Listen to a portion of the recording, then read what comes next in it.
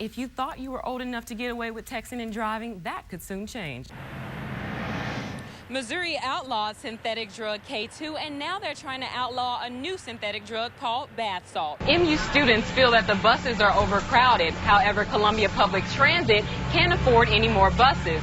One bus costs more than $300,000. I'm live in front of Townsend Hall, where future teachers get education so they can educate students.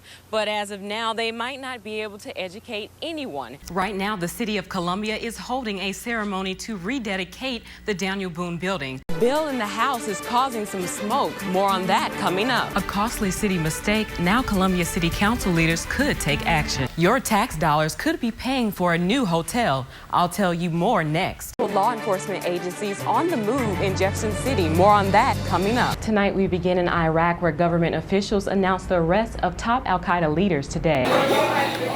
Here's a fresh idea. About 5% of the workers here are challenged in some way. 2 weeks before, about 20,000 bike riders rode into Columbia.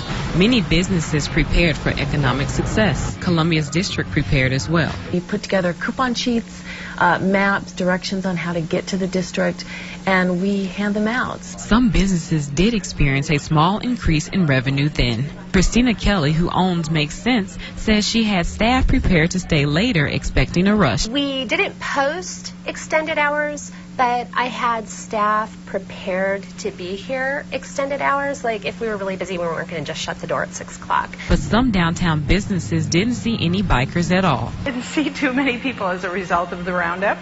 I don't recall having seen anybody downtown from the roundup. Now Walker says Blue Stem is still prepared for this new motorcycle visit. Because we had 2 motorcycle roundups this month, we had the work of Joseph Farmer, who makes the Harley Birds. Businesses say they expect more patrons this time around with the Hog State Rally. But some businesses say they won't be preparing extensively this time around. Sierra Corley, KOMU 8 News, Columbia. This is Sierra Corley in Osage Beach. The recent E. coli reports don't seem to be affecting local businesses. In fact, they may be helping. June had the lowest E. coli reports at the lake this year, and that helped people fall back into their old recreation habits.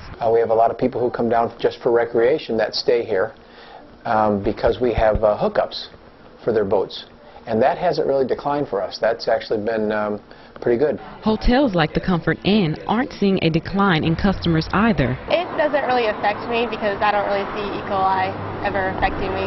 I don't think about it. Tammy Grant from Iowa has come to the lake before. She says she's not worried because she's seen it before. I guess at home in Des Moines we usually have E. coli in our reservoir, so I don't know, it doesn't really bother me. Lake leaders didn't have in numbers yet on the holiday weekend, but are hoping the lowered levels and higher interest pays off by Monday. Sierra Corley, KLMU 8 News, Lake of the Ozarks. It's Thursday, and many preschool-age students are heading to the amphitheater next to the Boone County Courthouse to read.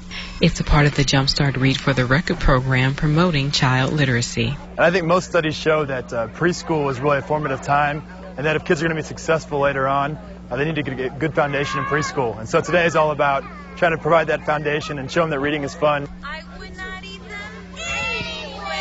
Jumpstart is trying to have 2.5 million kids read today. Last year, the Read for the Record program in Columbia had over 1,000 students reading. This year, they project more than 2,000 will participate.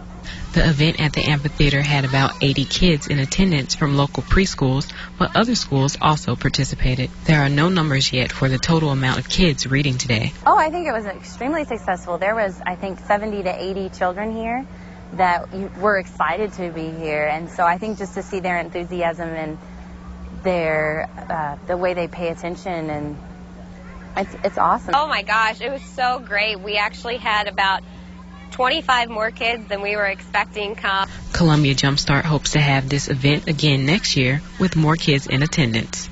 Sierra Corley, KOMU 8 News, Columbia.